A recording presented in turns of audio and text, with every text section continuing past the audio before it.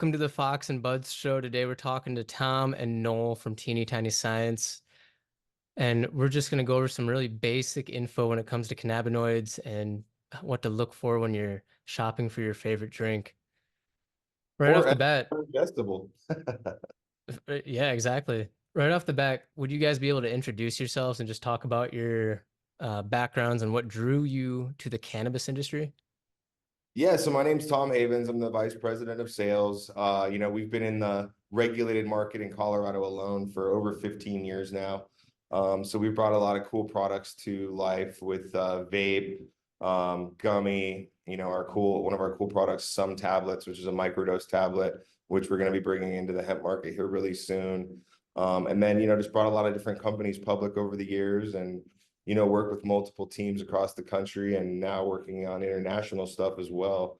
So that's kind of where I come in. And then Noel here, I'll let him tell you a little bit about himself. Yeah, my name's Noel Palmer. I'm a chemist. I've been trained as a chemist through the academic channels. And I've been in the cannabis space since finishing a PhD about 15 years ago.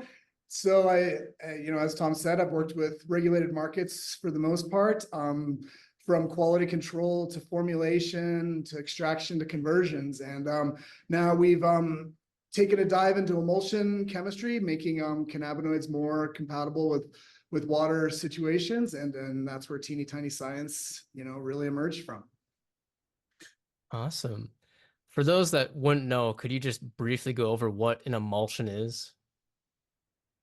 Yeah, so really quickly, cannabinoids are, we might all, consider them in their raw form having a fairly low bioavailability due to their hydrophobic nature. They're oils that our body, just naturally doesn't tend to absorb terribly efficiently. And so by taking these oils and encapsulating them in, different, we call them emulsification situations, by using, there's a whole variety of different, chemical scenarios that you can use to achieve this. But at Teeny Tiny Science, we've tried to develop what we think are a couple of novel emulsification forms. Some are designed to deliver, quite rapidly the effects, and some are designed to do the exact opposite, to actually give you more of a prolonged, delayed effect. And so we have a couple different emulsifications designed for consumers looking for different experiences. That's awesome. So when you say they're kind of like oils that you have to get into the body due to the hydrophobic nature, that obviously presents a challenge. So that's where the emulsification comes from. But the oils themselves, that's where the extraction comes from, right? That's how they're made. That's how they're separated, right? From the Yeah, for plant. sure. Yeah, I mean, from the plant, they come out as, these kind of heavy or just very, very, the cannabis oils are very thick. The terpenes we'd probably also consider oils. They're maybe more light, but they're all essentially insoluble in water in their natural form. And so being able to encapsulate them in emulsifications is, it's a nice trick to be able to use to increase the bioavailability to better, offer a predictable experience for the consumer. They're not going to get these delayed or unpredictable onset times. And overall, I think it's just it's experience that most cannabis consumers would probably prefer from an ingestible. It's more like a smoker's high is what we consider it. Awesome. So could we go over some of the various extraction methods that you guys use? I'm assuming you use multiple, right? Yeah, certainly. We've learned through, actually that's a fun question, because we've learned through our experience in the cannabis industry that not one extraction method seems to really be, universal for every product out there. Hydrocarbon extraction, it might be more suitable for retaining certain terpenes that, a production company or a consumer may want. And so, there's 3 or 4 main forms of extraction, CO2, hydrocarbon, then there's alcohol, and then there's maybe physical extractions. And we've learned that each one of those kind of has its, a time and a place in the right product for the right consumer. And so we definitely can use oils from each one of those extraction sources. But, kind of compounding on top of that, we've learned that not every emulsification system, or so not every, chemical, emulsifier that we would use is perfect for every consumable or every product that somebody might want. And so we've learned that just like with the extractions and the oils that you achieve out of it, they're slightly different, and they're designed for different products. The same with the emulsifications that we work with. There's not really one size that fits everything, and so we have a couple of different ones that we like to work with our partners to design something that might be kind of novel and cool for everybody. Mhm. Could we go over some of the pros and cons of the different extraction methods, or does that get too, confidential with the info? No, I think at this point, there's not a lot of confidentiality in the extractions or a lot of this. I think a lot of them, a lot of teams are doing very, very similar things. They just do it in their own, kind of special ways. How long has this type of thing been going on? I mean, I'm guessing since cannabis has been around, but the more refined aspect of it, is that something that's only recently been done, or has it been around for several decades? I'd certainly argue the latter. It has not been, well, not the latter. It has not been around for decades. No, I mean, I would think even 15 years ago, we as a industry didn't even really have a good grasp on where CBD or CBD chemovars were in abundance throughout the world. I mean, people were still just saying, oh wow, this plant is expressing some CBD, that's novel, and that was only 15 years ago. And so I would say this high level refining and extraction is, I mean, it's 10 years or less old. Considering all the details, it's I would say very new. Oh, wow. That's awesome. So I read that your emulsions interact with a variety of our body's receptors like the CB1, CB2, GABA 132, 5-HT3, GABA 323, GABA 321, and TRPV1, etc. Could you tell us each a little bit about these receptors and like what they do for our bodies? So I actually want to just clarify, I guess, one detail there is those are, receptors that are found throughout the body that are, involved in a lot of physiological, just whatever, how our bodies, I guess, function, for the Mhm. stasis of our body. Those emulsions that we have aren't necessarily designed to work on the different receptors, but we've actually worked and partnered with a company that's, based out of Israel that's done a lot of pretty novel work on terpenes, and how terpenes, as in the cannabis world, we like to talk about the entourage effect, how there's, this full spectrum, experience, and a lot of people have speculated that terpenes play a huge part in that full spectrum effect.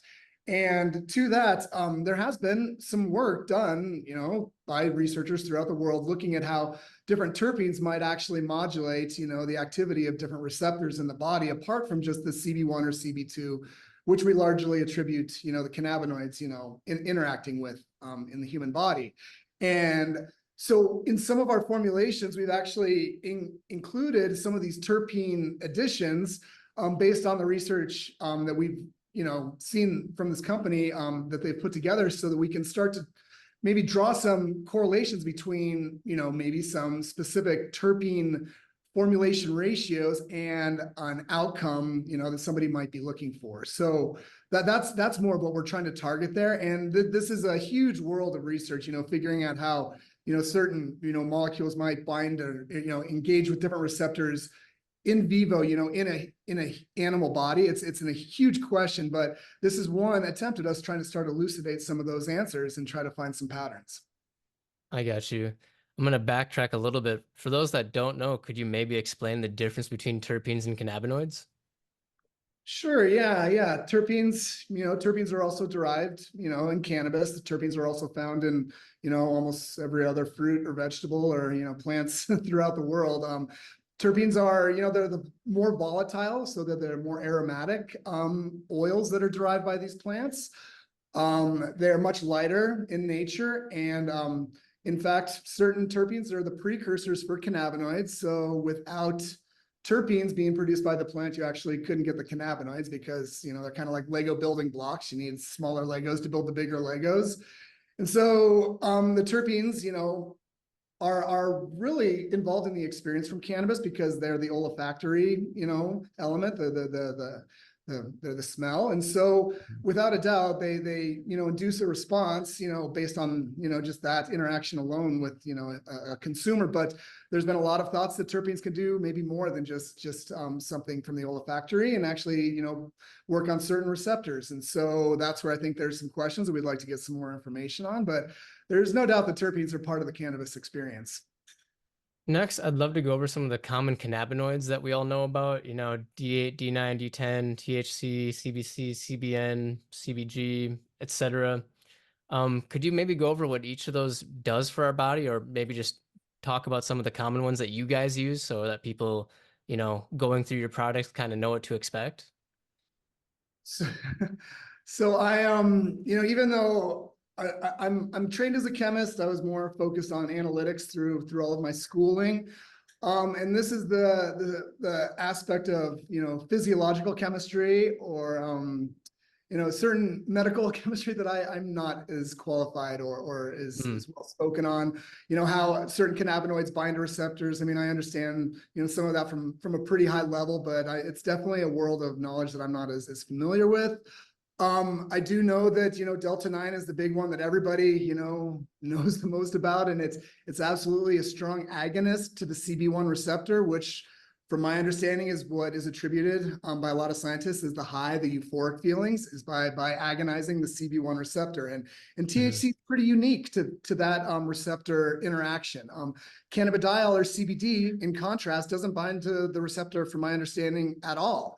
And so you don't get the euphoric effect from CBD, but CBD does actually work with other receptors in the body. I believe one of them that I've heard quite a bit about is the TRPV receptor, the TRPV1 receptor, which is largely involved in, pain modulation in the body, I guess.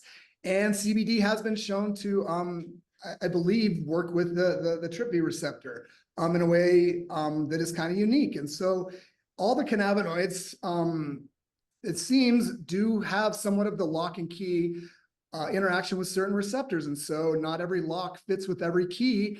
And so as we're now learning about all these other cannabinoids and we're able to put them out there in the consumer base, I think we're actually starting to learn what these cannabinoids do in the larger population basis. Because up until now, Delta-8 has not been available to the public until the last 6 years.